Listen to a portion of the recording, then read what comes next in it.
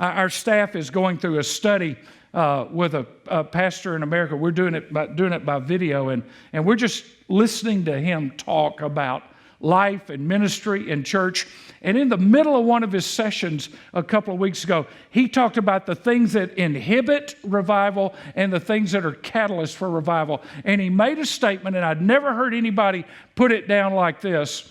And so I want to give you the 5 things he says about revival that are never out of this order. They're always in this order. The first is personal revival. If we want to have revival, it has to begin with personal revival. Love God with all your heart. Personal revival. But then there is relational revival. Love your neighbor as yourself. Personal revival, relational revival, get it right with God, and then get it right with one another. And one of the things he said was 2 of the signs of relational revival is our singing gets better. Listen, when you're in revival, nobody's worried about if they have a good voice or not. When you're in revival, nobody's worried about if they're being heard or not. By the way, if you ever want to just sing as loud as you can ever sing and not worry about it, go to Brooklyn Tabernacle for a prayer meeting or on a Sunday, and you can't hear yourself singing. It's so loud in there. You know why? Because they've never gotten over being saved. Most of our churches are full of people that are over being saved. They got saved and they got over it.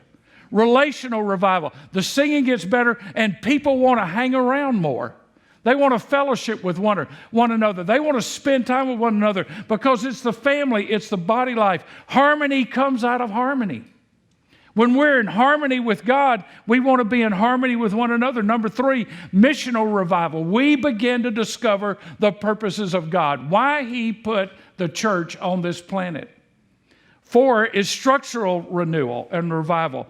You can't put new wine in old wineskins, but here's where he says the average church makes changes. Structural renewal.